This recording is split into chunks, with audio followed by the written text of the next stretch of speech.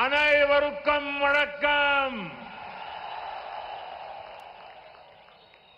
First of all, I bow to Amma Meenakshi and Bhagwan Sundareshwara.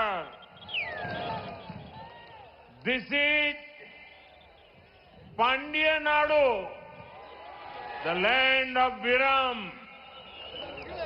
From this great land, I remember the contributions of Pasumpon Muthuram Lingam Tevar, Maviran Alagumuttukon, Veer Pandya Kattabomman, and Marudu brothers. I also recollect the ideals of Emmanuel Sekernar, who fought for justice and dignity. தமிழ்நாட்டின் என் அன்பு சொந்தங்களே, அனைவருக்கும் வணக்கம். முதன்மையாக நான் என் அன்னை மீனாட்சிக்கும் ஐயன் சுந்தரேஸ்வரருக்கும் என் தலை தாழ்த்தி வணங்குகின்றேன். ஐயா, இது பாண்டிய நாடு, வீரம் விளைகின்ற பூமி. இந்த மகத்தான பூமியிலிருந்து பசும்பொன் முத்துராமலிங்க தேவரையா, மாவீரன் அழகுமுத்துக்கோன், வீரபாண்டிய கட்டபொம்மன், மருது சகோதரர்கள் ஆகியோரின் மலைப்பை ஏற்படுத்தும் பங்களிப்பை நான் உளமாற நினைவு கூறுகிறேன். நீதிக்கும் கண்ணியத்துக்கும் போரிட்ட இமானுவேல் சேகரனாரின் ஆதர்சங்களை நான் நினைவு கூறுகிறேன். Friends, before coming here, I went to Tirupparankunrum. Getting the darshan of Bhagwan Murugan was a divine experience. I prayed for the prosperity of Tamil Nadu and the entire nation. At the same time, my heart felt heavy. I remembered Thirupuranandran, the young devotee who sacrificed his life. Today, I met his wife, Thirumati Indumati Purnachandran, and their two little children. I felt their sadness and offered my deepest condolences to them. I pray that Thirupuranachandran's Atma finds peace at the feet of Bhagwan Murugan. It is painful that the insensitivity of the DMK government led up to this. No matter what DMK does, the truth will win. Devotees of Bhagwan Murugan will win. நண்பர்களே, இங்கே வருவதற்கு முன்பாக நான் திருப்பரங்குன்றம் சென்றிருந்தேன். முதல் படை வீட்டுக்கு சொந்தக்காரன் முருகனை தரிசனம் செய்வது ஒரு தெய்வீகமான அனுபவமாக இருந்தது. நான் தமிழ்நாடு மற்றும் ஒட்டுமொத்த தேசத்தின் நல்வளத்துக்காக இறைவனிடம் இறைஞ்சினேன். அதே வேளையில் என் இதயம் கனத்தது. திரு பூர்ணச்சந்திரன் என்ற இளம் பக்தன் உயிர் தியாகம் செய்தார் என்பதை நான் நினைத்து பார்த்தேன். இன்று நான் அவருடைய மனைவி திருமதி இந்துமதி பூர்ணச்சந்திரனையும் அவர்களுடைய 2 சின்னஞ்சிறு குழந்தைகளையும் சந்தித்து வந்தேன். அவர்களுடைய தீவிரமான துக்கத்தை என்னால் உணர முடிந்தது. என்னுடைய ஆழமான இரங்கலை நான் அவர்களிடம் தெரிவித்துவிட்டு வந்தேன். பூர்ணச்சந்திரன் அவர்களின் ஆன்மா அமைதியடைய நான் என் உருக்கமான பிரார்த்தனைகளை எம்பிரான் முருகனின் திருவடிகளில் அர்ப்பணம் செய்கின்றேன். ஆனால் ஒரு விஷயம், திமுக அரசாங்கத்தின் நேயமற்ற தன்மை காரணமாகவே இது நடந்திருக்கிறது என்பது வலியை ஏற்படுத்துகின்றது. திமுக என்ன வேண்டுமானாலும் செய்துவிட்டு போகட்டும், ஆனால் இறுதியிலே வாய்மையே வெல்லும். என் அப்பனின் முருகனின் பக்தர்கள் வெல்வார்கள். Friends,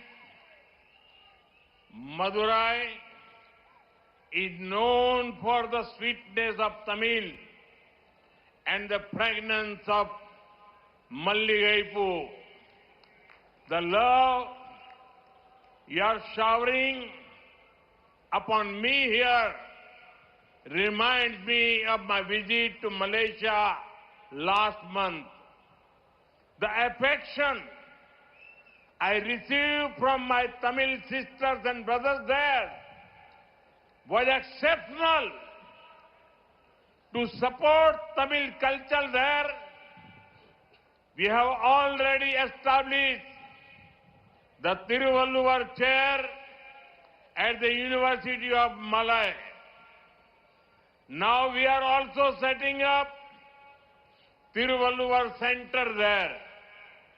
நண்பர்களே, நாவில் இனிக்கும் தமிழுக்கும் நாசியில் மணக்கும் மல்லிகைக்கும் பெயர் போனது நம்முடைய மதுரை மண்.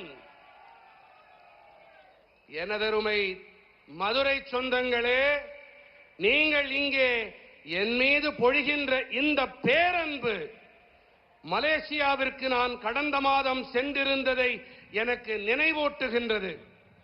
அங்கே மலேசியாவிலே என் மீது பொழிந்த நேசம், பாசம், அன்பும் ஆதரவும் அபூர்வமானவை. தமிழ் கலாச்சாரத்தை அங்கே ஆதரிக்க வேண்டி ஏற்கனவே மலாயா பல்கலைக்கழகத்திலே திருவள்ளுவர் இருக்கை ஒன்றை நாங்கள் ஏற்படுத்தி இருக்கின்றோம். இப்போது அங்கே திருவள்ளுவர் மையம் ஒன்றையும் நாங்கள் அமைத்து வருகின்றோம். Friends, some people are dreaming of returning to power in Tamil Nadu. But when they see this massive NDA rally, their dreams will turn into nightmare. The people know that this election is a turning point for the state. I can see that Tamil Nadu has made up its mind. The people have decided that DMK has to be sent out. They also know very clearly that only NDA can bring in change. I can see it in your eyes. The next government of Tamil Nadu will be an NDA government. நண்பர்களே, தமிழ்நாட்டிலே சிலர் மீண்டும் ஆட்சியை பிடித்து விடலாம் என்று கனவு கண்டு கொண்டிருக்கின்றார்கள். ஆனால் இங்கே திரண்டிருக்கின்ற இந்த தேசிய ஜனநாயக கூட்டணி என்டிஏவின் மாபெரும் கூட்டத்தை பார்த்த பிறகு அவர்களின் கனவுகள் எல்லாம் கற்பனை கோட்டைகளாக கானல் நீராக மாறி போய்விடும். இந்த தேர்தல் மாநிலத்திற்கு ஒரு திருப்புமுனை என்பதை மக்களாகிய நீங்கள் நன்கறிவீர்கள். தமிழ்நாட்டு மக்கள் தங்கள் மனதிலே தீர்மானம் செய்து விட்டார்கள் என்பதை என்னால் கண்கூடாக காண முடிகின்றது. திமுக வெளியேற்றப்பட்டாக வேண்டும் என்பதை மக்கள் தீர்மானித்து விட்டார்கள். தேசிய ஜனநாயக கூட்டணி என்டிஏ மாற்றத்தை கொண்டு வர முடியும் என்பதை மக்கள் மிக நன்றாக தெளிவாக அறிவார்கள். தமிழ்நாட்டிலே அடுத்த அரசாங்கம் தேசிய ஜனநாயக கூட்டணி என்டிஏவின் அரசாங்கம்தான் என்பதை நான் உங்கள் கண்களிலே காண்கிறேன். Friends, in 2021, after 25 long years, DMK got a full majority on its own. But they did not deliver good governance. They looted the state. Further dynastic politics and ignored people's aspirations. Look at Madurai itself. Madurai stood with MGR, who loved the city immensely. That is why DMK had never liked Madurai.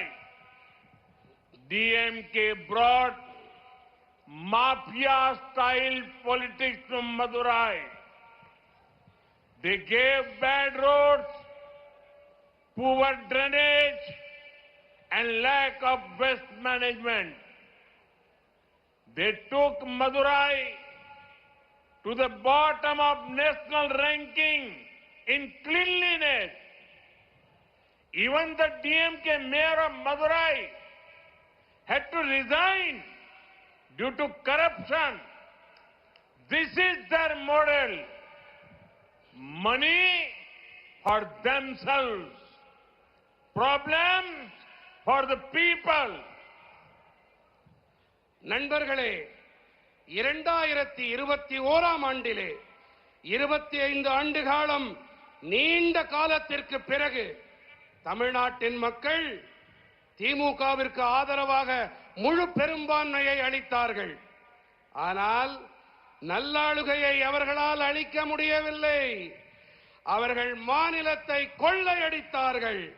பரம்பரை அரசியலை முன்னெடுத்தார்கள். மக்களின் எதிர்பார்ப்புகளை மண்ணோடு மண்ணாக்கினார்கள். மக்களே, நீங்கள் மதுரையையே பாருங்கள். மதுரையை உயிருக்கு உயிராய் நேசித்த பொன்மனச் செம்மல் எம்ஜிஆருக்கு உறுதுணையாக உற்ற துணையாக நின்றது மதுரை மாநகர்.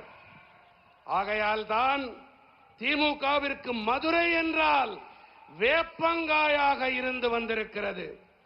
திமுக தான் மதுரைக்கு மாஃபியா கொள்ளை கூட்ட ரக அரசியலை அறிமுகப்படுத்தியது. அவர்கள் என்ன அளித்தார்கள்? மோசமான சாலைகள், கேவலமான கழிவுநீர் வடிகால், கழிவுப் பொருள் மேலாண்மை இல்லாமை ஆகியவற்றையே அவர்கள் அளித்தார்கள். சுத்தம், சுகாதாரம், தூய்மை தரவரிசையிலே மதுரையை தரைமட்ட அளவிற்கு கொண்டு போனார்கள். ஊழல் காரணமாக மதுரை நகர மேயரே பதவியை துறக்க நேர்ந்தது. இதுதான் அவர்களுடைய மாடல். என்ன மாடல்? பணம் நமக்கு, பிரச்சனைகள் மக்களுக்கு. பணம்னா நமக்கு, பிரச்சனைனா மக்களுக்கு. DMK neither work for the poor nor let others work. Let me give you an example. Under PM Awas Yojana, PMAY Rural, the scheme over 6 lakh houses have been completed in Tamil Nadu. These families got a home of their own and live with dignity because of this scheme. At the same time, nearly 3 lakh houses remain pending because DMK government is not conducting surveys and is delaying process. Why should lakhs of poor families suffer for DMK's petty politics? திமுக தாங்களும் ஏழைகளுக்கு பணியாற்ற மாட்டார்கள், மற்றவர்களையும் பணியாற்ற விட மாட்டார்கள். நான் உங்களுக்கு ஒரு எடுத்துக்காட்டினை அளிக்க விரும்புகின்றேன். பிரதம மந்திரி ஊரக பகுதி வீட்டு வசதி திட்டத்தின்படி தமிழ்நாட்டிலே 6 லட்சத்திற்கும் மேற்பட்ட வீடுகள் கட்டி முடிக்கப்பட்டு விட்டன. மக்களே, எத்தனை லட்சம் வீடுகள்? 6 லட்சம் வீடுகள். எத்தனை லட்சம் சொல்லுங்க? எத்தனை லட்சம்? இன்னும் சத்தமா?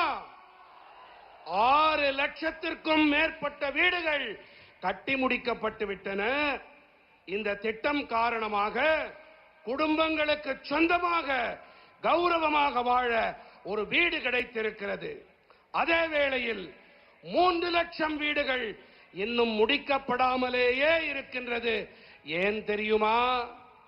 ஏனென்றால் திமுக அரசாங்கம் இன்னமும் கள ஆய்வுகளை மேற்கொள்ளாமல் செயல்பாட்டை இழுவடித்துக் கொண்டிருப்பதுதான் காரணம். திமுகவின் சில்லறைத்தனமான அரசியல் காரணமாக ஏன் லட்சக்கணக்கான ஏழை குடும்பங்கள் அவதிப்பட வேண்டும்? Friends, Tamil Nadu is a coastal state and has immense potential. But when the Congress and DMK were in power together before 2014, they were asleep. Madura-Vayal corridor was stalled. Thoothukudi transshipment remained only on paper. After 2014, we received the Chennai port. We revived that Chennai port, Madura-Vayal elevated corridor. We created India's first mega port cluster by integrating Kamarajar and Chennai port. Capacity at Kamarajar port nearly tripled. In the last 12 years, 74 projects worth almost 12,000 crore rupees were completed. These created thousands of jobs and new economic opportunities for Tamil Nadu. These people who speak about Tamil Nadu's rights did nothing when they were in power at the center.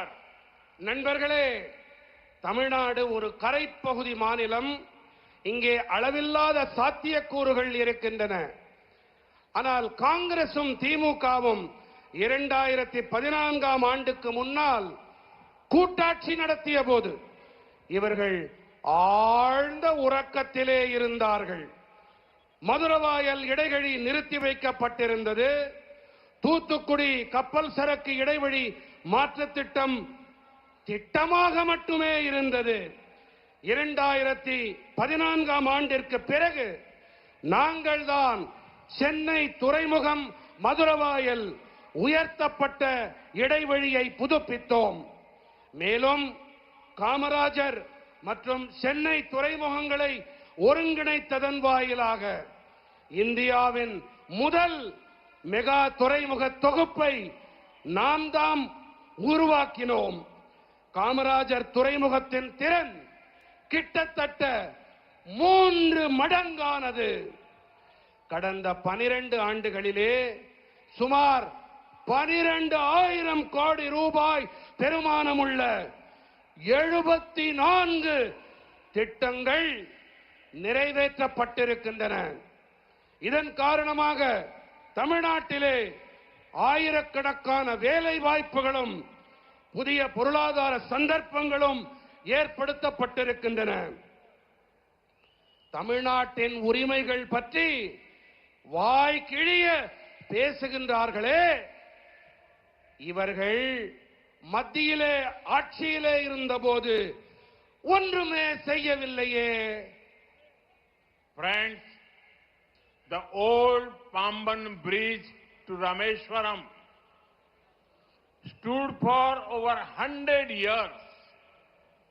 After such a long time, it should have been replaced. But what did DMK and Congress do for 10 years between 2004 and 2014? Trains had to go at slow speed, but their government files moved even slower. It was our government that sanctioned a modern Pamban bridge. Last year, I had the privilege to inaugurate it.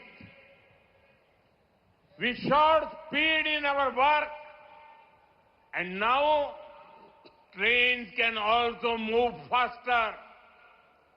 The annual railway allocation to Tamil Nadu was about 880 crore rupees during 2009 and 14. This was when Congress, DMK were in power at the center. Now, in 2026-27, it is more than 7,600 crore rupees, about 8 times more. When they could do something for the state, Congress, DMK did nothing. But today, they talk big. நண்பர்களே, ராமேஸ்வரம் செல்லும் பழைய பாம்பன் பாலம் 100 ஆண்டுகளுக்கும் மேலாக நிலையாக இருந்தது. ஆனால் இத்தனை நீண்ட காலத்திற்கு பிறகு அது மாற்றப்பட்டிருக்க வேண்டும். ஆனால் 2004 முதல் 2014 ஆண்டு வரை 10 ஆண்டுகளாக ஆட்சியிலே இருந்த திமுகவும் காங்கிரசும் என்ன செய்து கொண்டிருந்தார்கள்?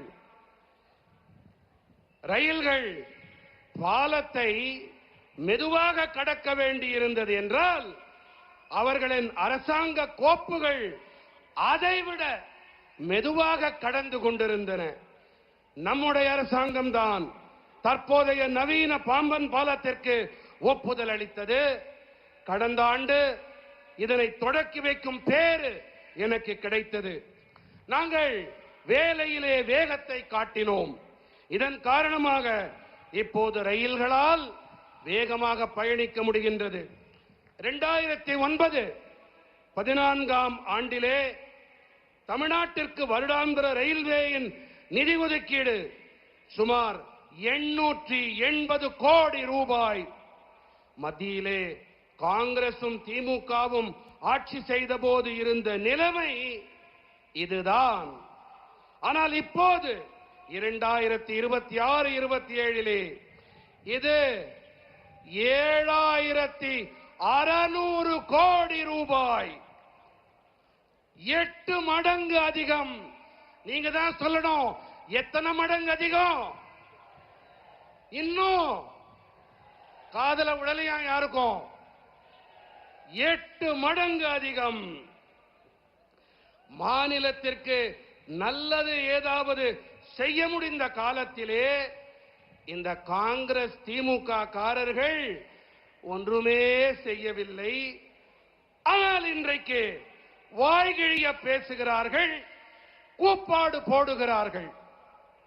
Friends, today the women of Tamil Nadu are in deep trouble. Crime is increasing. Every other day we hear of some crimes against women. Further, women are seeing their families destroyed by drug mafia and alcohol. They remember how much better their lives used to be in Amma Jayalalitha's rule. But I assure every mother, sister and daughter of Tamil Nadu, as soon as the NDA government comes in, we will focus on law and order. Criminals and drug mafias will be behind bars. NDA will ensure your safety, dignity and empowerment. நண்பர்களே, இன்று தமிழ்நாட்டின் பெண்கள் பெரும் பிரச்சனையில் சிக்கி இருக்கின்றார்கள். குற்றங்கள் அதிகரிக்கின்றன. ஒவ்வொரு நாளும் பெண்களுக்கு எதிரான குற்றங்கள் தொடர்ந்து நடந்து கொண்டே இருக்கின்றன. மேலும் போதைப் பொருள் பெருங்குற்ற கும்பல், மாஃபியாக்கள் மற்றும் மதுபானத்தால் தங்களின் குடும்பங்கள் அழிக்கப்பட்டு வருவதை பெண்கள் கவனித்துக் கொண்டிருக்கின்றார்கள். அம்மா ஜெயலலிதா அவர்களின் ஆட்சியின் போது தங்களுடைய வாழ்க்கை எத்தனை சிறப்பானதாக இருந்தது என்பதை பெண்கள் இப்போது நினைத்து பார்க்கின்றார்கள். ஆனால் நான் தமிழ்நாட்டின் தாய்மார்கள், சகோதரிகள், பெண்கள் அனைவருக்கும் உறுதியாக ஒன்றை தெரிவிக்க விரும்புகின்றேன். என்டிஏ அரசாங்கம் பதவிக்கு வந்தவுடனேயே நாங்கள் சட்டம் ஒழுங்கின் மீது கவனம் செலுத்துவோம். குற்றவாளிகளும் போதைப் பொருள் மாஃபியாக்களும் சிறைகளிலே அடைக்கப்படுவார்கள். தேசிய ஜனநாயக கூட்டணி என்டிஏ உங்களுடைய பாதுகாப்பு, கண்ணியம் மற்றும் அதிகார பரவலாக்கத்தை உறுதி செய்யும். Friends, many people from Tamil Nadu were an important part of the freedom struggle. After we won freedom, our constitution makers, led by Dr. Babasaheb Ambedkar, gave us a wonderful constitution.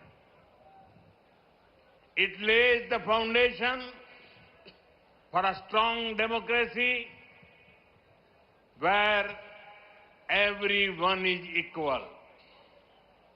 Every moment of my life, I have strived to uphold the values of the Constitution. I have been part of the movement to save our democracy during the emergency. Recently, I heard that someone from the DMK said that they do not fear me or my father. Let me say this clearly. In our democracy, nobody needs to fear anyone. So, when someone say they do not fear me, they are not criticizing me. they are actually appreciating my commitment to democratic values. Unknowingly, they have given me a badge of honor. நண்பர்களே, தமிழ்நாட்டைச் சேர்ந்த பல மனிதர்கள் சுதந்திர போராட்ட வேள்வியிலே முக்கியமான பங்கெடுத்தவர்கள். நாம் விடுதலை அடைந்த பிறகு டாக்டர் பாபா சாஹேப் அம்பேத்கர் அவர்கள் தலைமையிலான நமது அரசியலமைப்பு சட்ட வடிவமைப்பாளர்கள் நமக்கெல்லாம் அற்புதமானதொரு அரசியல் சட்டத்தை அளித்தார்கள். அனைவரையும் சமமாக கருதும் பலமானதொரு ஜனநாயகத்திற்கான அடித்தளத்தை இது நமக்கு அமைத்தளிக்கின்றது.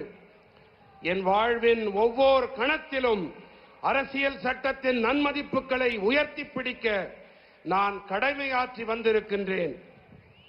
நான் அவசர நிலை காலத்தின் போது நமது ஜனநாயகத்தை பாதுகாக்கும் இயக்கத்தின் பகுதியாகவும் இயங்கி இருக்கின்றேன். நண்பர்களே, ஒரு விஷயம், என்னிடமோ என் தந்தையிடமோ பயமில்லை என்று திமுகவில் யாரோ ஒருவர் அண்மையில் பேசினார் என்று நான் கேள்விப்பட்டேன். நான் தெளிவாக ஒன்றை கூறிக்கொள்ள விரும்புகின்றேன். ஜனநாயகத்திலே யாரும் யாருக்கும் பயப்பட தேவையில்லை, அஞ்ச தேவையில்லை. ஆகையினாலே என்னிடத்திலே பயமில்லை என்று யாராவது கூறினார்கள் என்று சொன்னால் அவர்கள் என்னை விமர்சிக்கவில்லை. ஜனநாயக நன்மதிப்புகள் விழுமியங்களிடம் எனக்கு இருக்கும் அர்ப்பணிப்பை உள்ளபடியே அவர்கள் பாராட்டுகிறார்கள் என்றுதான் அர்த்தம். பாவம், தெரியாத்தனமாக அவர்கள் எனக்கு பாராட்டு பத்திரம் வழங்கிவிட்டார்கள். Friends, when it comes to honesty in politics, K. Kamaraj ji set an example for the whole country. DMK is the example of the exact opposite. 365 crore cash for transfer came, 900 crore. First of all, I bow to Amma Meenakshi and Bhagwan Sundareshwara.